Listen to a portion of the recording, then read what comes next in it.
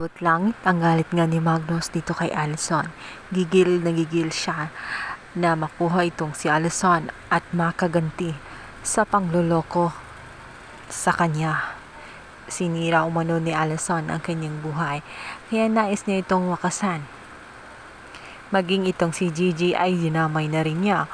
Maging ang kanyang kapatid ay wala na siyang pakialam kung madamay ito dahil ang katwiran niya, kumampi siya sa kalaban, kaya ngayon magiging kalaban na rin ang tingin niya sa kanyang kapatid. Samantala, dahil nga sa isang ebidensya na ibinigay ng dating tauhan ni Mayor na ngayon ay kumampi na sa panig ni Greta or ni Gigi, ay malalagay sa alanganin ang buhay ng kanyang ina dahil sa kagustuhan nito na makatulong at maipagiganti ang anak dahil muntik na namang mamatay ang kanyang anak sa ginawa ni Magnus.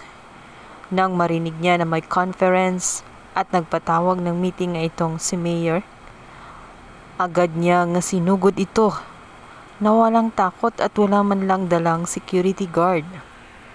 Buong tapang niya na hinarap si Magnus. Sinalaysay lahat ng mga nangyayaring masasama na ginawa nitong si Magnus. Mula sa mga staff hanggang sa mga tauhan na kanyang mga pinapahirapan at walang awang pinaslang. Kinuwento din niya ang tungkol sa nangyari sa anak ni Madam Sofia, kung siyang dahilan kung bakit naghihiganti ito sa kanya ng patalikod. Wala siyang kamalay-malay na tinulungan ni Madam Sofia itong si Gigi.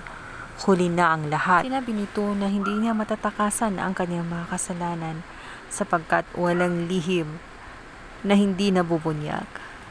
Nakatawa lang itong si Magnus at matapang na sinagot na imposible wala siyang ebidensya. Subalit ikakagulat ni Magnus ang mga sumunod na mangyari dahil dito na nga ipinakita ng nanay ni Gigi ang cellphone kung saan naka-record ang mga oras kung saan muntikan na nga silang patayin ni Magnus.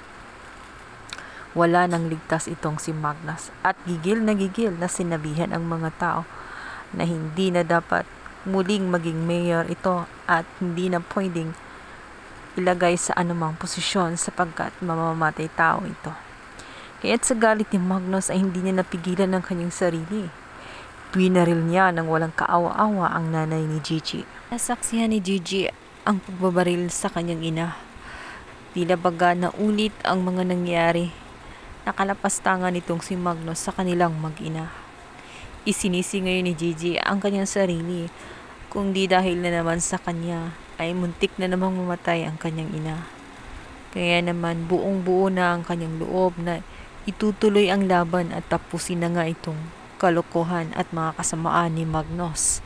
Samantala, ito namang si Riley, kahit na ilang beses na nga siyang niloko at pinagmukhang tanga nitong si Magnus, ay ito pa rin handang-handang tulungan ang kanyang asawa sa kabila ng kasamaan nito.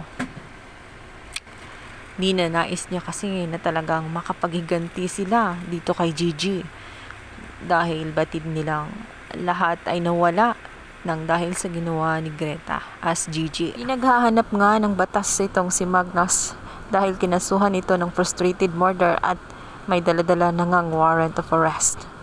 Subalit, ikinubli ito ni Riley.